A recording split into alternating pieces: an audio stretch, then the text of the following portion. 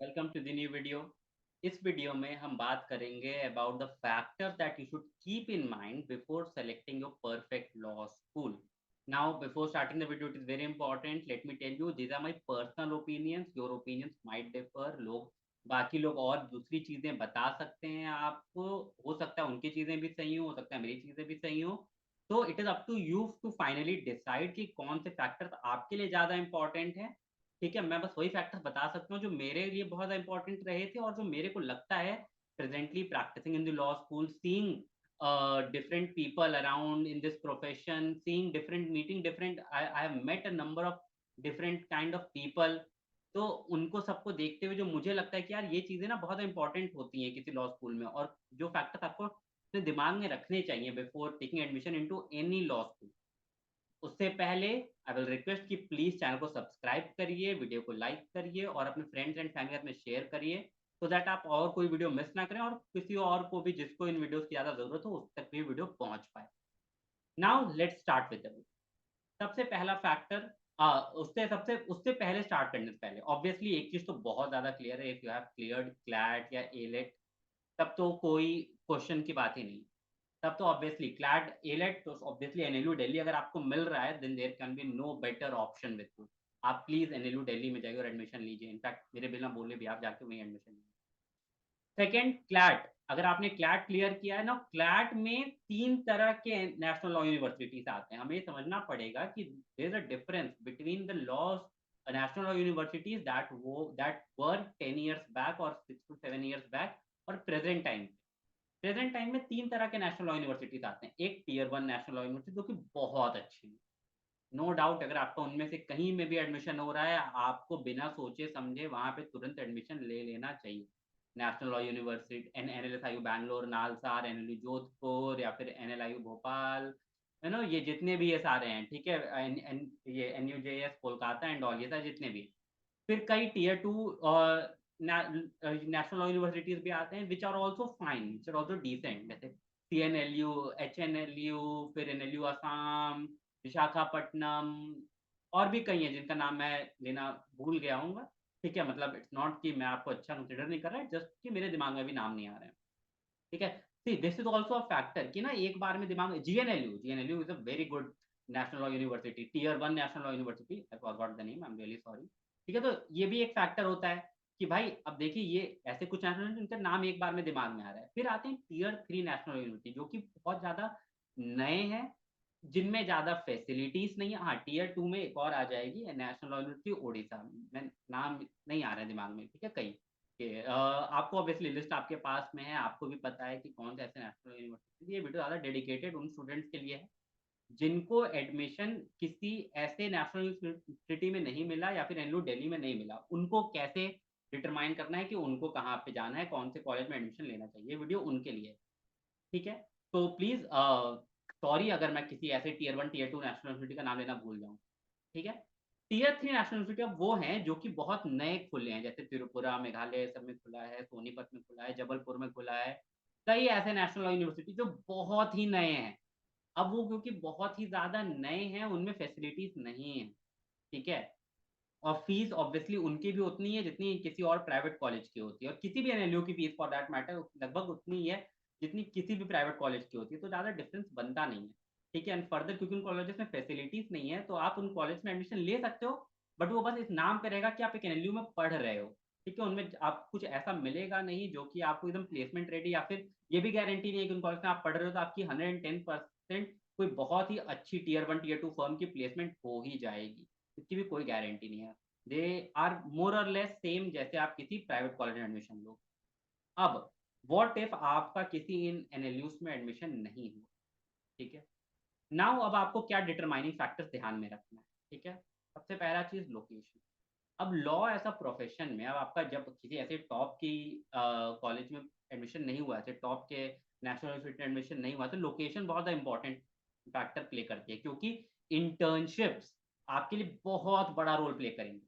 And obviously अगर suppose आप किसी ऐसी जगह पे रह रहे हो जहाँ पे कोई वैसे बड़े हाई कोर्ट्स या फिर कुछ वैसा सिस्टम नहीं है, वो फैसिलिटीज़ को अवेलेबल नहीं है इंटर्नशिप की, वो बड़े फर्म्स जहाँ पे नहीं है, आपके लिए बहुत टफ होगा किसी भी जगह दूसरी जगह जाने के लिए, इंटर्नशिप पाने के लिए, या फिर वहाँ पे जाकर के इंटर्नशिप की अपॉर्चुनिटी ढूँढने में भी बहुत टफ होगा। इसलिए इम्पोर्टेंट हो जाता है कि आप किसी ऐसे जगह पे एडमिशन लो, किसी ऐसे लॉ स्कूल में एडमिशन लो जो इस लोकेशन पे अवेलेबल हो, जहाँ पे सारे बड़े लॉ फर्म्स, बड़े-बड़े एडवोकेट ये सब के ऑफिसेज़ हों। Which is most probably Delhi, Mumbai, Chennai, Bangalore, Calcutta, ये सारी जगहें आ जाती हैं जहाँ पर आप एडमिशन आपको लेना चाहिए, ठीक है? क्योंकि ये लोकेशन का आपको बहुत बड़ा एडवांटेज मिलता है। Second, value for money. Fees बहुत ज़्यादा इंपॉर्टेंट हो जाती है। अब obviously if you are from a very well to do family, आपके लिए फीस उतनी ज़्यादा इंपॉर्टेंट फैक्टर शायद से प्ले ना करे, ठीक है? बट अगर आप उतने ज़्यादा बड़े वेल टू डू फैमिली से नहीं हो, तो आपके लिए फी बहुत इंपॉर्टेंट फैक्टर प्ले कर सकता है, ठीक है? और आपको ये देखना है कि आपको एक्चुअल वैल्यू फॉर मनी कहाँ पे मिल रहा है। अब प्रेज़ेंट डेट में किसी भी अच्छे प्राइवेट लॉ कॉलेज की फीस 2 ढाई लाख रुपए से कम नहीं है। It is not below 2 to 2.5 lakh, ठीक है? But there are also law colleges, law schools जिनकी फीस जाती है up to 5 lakh, 6 lakh, 7 lakh. I personally believe because I was not from that very well to do family जो कि उतना ज़्यादा हाई फीस अफोर्ड कर पाए। तो I used to personally believe कि there is no point spending so much of money, ठीक है? क्योंकि एट द एंड वो भी आपको घर पे बिठाए हुए ला कर के बहुत अच्छी कोई बहुत बड़ी प्लेसमेंट सबको नहीं देंगे। दे माइट क्लेम कि हमारे यहाँ पे 100% प्लेसमेंट होती है, ठीक है? बट 100% प्लेसमेंट का सच बहुत गंदा होता है when you come to any law school, any private law school. क्योंकि 100% प्लेसमेंट के नाम पे 2 शो कि देखो यार वो काम कर रहा है, जाके आप वहाँ पूछोगे तो आपको पता चलेगा ये 15,000 में काम कर रहा है, 10,000 में काम कर रहा है। क्योंकि ओवरऑल एक बहुत प्रॉब्लमैटिक सिचुएशन है इन दिस लॉ फील्ड में with regard to the salaries that are paid, ठीक है? जो भी जूनियर्स आते हैं, जो जूनियर एडवोकेट्स उनको बहुत लो सैलरी पे होती है, ठीक है? तो उसमें तो आपका खर्चा भी नहीं निकलेगा महीने का, तो that won't make any sense to you, ठीक है? Obviously if there is no money problem, आपके पास कोई पैसे की दिक्कत है नहीं, तो obviously you can. Next thing, co-curricular activities कहाँ पे बहुत अच्छी होती है। अब को करिकुलर एक्टिविटीज में क्या हो गई, debating, research paper writing, moot court competition, arbitration and mediation related competition. ये सारे कंपटीशन, कौन सा ऐसा लॉ स्कूल है जो कि ये सारे कंपटीशन बहुत अच्छे तरीके से करा रहा है, जो इन चीज़ों में बहुत ज़्यादा इंटरेस्ट लेता है, ये बच्चों को वो सारी फैसिलिटीज़ देता है कि आप उन कंपटीशन में जाएँ और जाके पार्टिसिपेट करें, ठीक है? जो आपको सपोर्ट करता है। ये एक बहुत ही एक्स्ट्रा एडेड एडवांटेज देता है, क्योंकि आप ये समझिए एक बात, जो लोग ऑलरेडी उन नेशनल लॉ यूनिवर्सिटीज़ में टियर 1, टियर 2 नेशनल यूनिवर्सिटी में, आपको उनके साथ में कम्पीट करना है। अब उनके पास ऑलरेडी अपनी यूनिवर्सिटी का नाम है, ठीक है?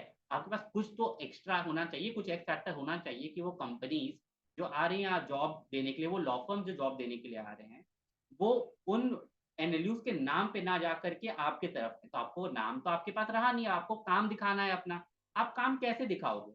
आप काम दिखा सकते हो थ्रू इंटर्नशिप, तो आपको ऐसी जगहें ढूँढनी है जहाँ पे आपको इंटर्नशिप बहुत अच्छी मिल जाए। थ्रू दीज़ को करिकुलर एक्टिविटीज़ आप दिखा सकते हो कि भाई मैंने इतने मोटू कॉम्पिटिशन में पार्टिसिपेट किया और बहुत अच्छा किया।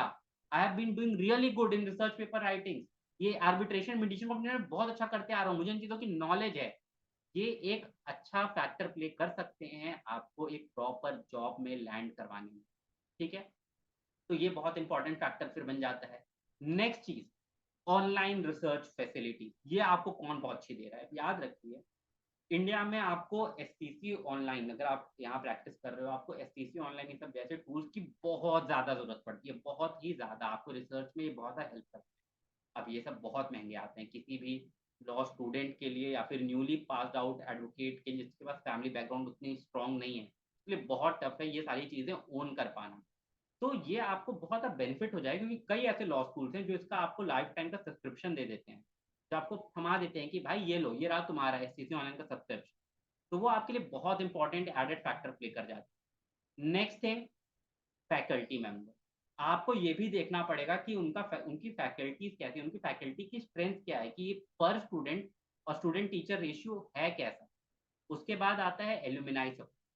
इस पर्टिकुलर यूनिवर्सिटी का, इस पर्टिकुलर कॉलेज का एलुमनाई सपोर्ट कैसा है? जिस भी यूनिवर्सिटी या कॉलेज का एलुमनाई सपोर्ट बहुत अच्छा होगा, उसको एक्सेल करने से कोई नहीं रोक सकता है, क्योंकि जो एलुमनाइज़ होंगे, अगर वहाँ पे रेगुलर विज़िट कर रहे हैं, एलुमनाइज़ आ रहे हैं, जा रहे हैं और एलुमनाइज़ अच्छी जगहों पे पोस्टेड हैं, तो वो automatically jobs and internship opportunity सब लेकर के आएँगे आपके लिए, और आपको ये चीज़ें बहुत ज़्यादा बेनिफिट करेंगी, ठीक है? तो आई होप आपको ये सारे फैक्टर्स समझ में आए हों।